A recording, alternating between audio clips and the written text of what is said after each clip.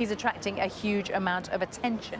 Now, I want to talk about the reaction to all of this that's happening halfway around the world, because we just heard from Karishma talking about markets, talking about Asian markets. Well, with me now is an expert on China and Chinese reaction, Professor Yu Ji of the LSE Ideas think tank. Now, you run the China Foresight project there. I suppose nobody really foresaw this. So what's the reaction? Are they talking about it everywhere in China? Well, it's a total shock for sure. I mean, for the first time in history, China, Japan and United States agree with each other on one thing. Britain should have stayed within the EU. As you can see from the response from the Chinese stock market today, total plunge. So that's a total disaster for sure.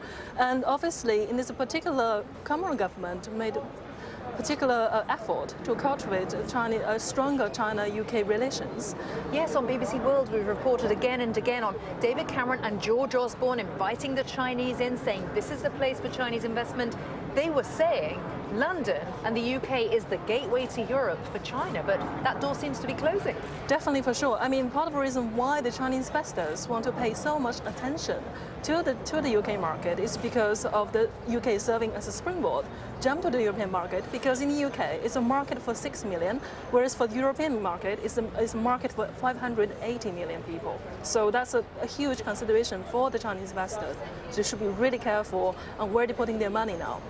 But those who've led the Leave campaign, like Boris Johnson, whom we're about to hear, say, well, it's okay, the United Kingdom's a proud trading nation. She can make her own trade deals. Do you think China will be in a rush to get a new deal signed with the UK on her own?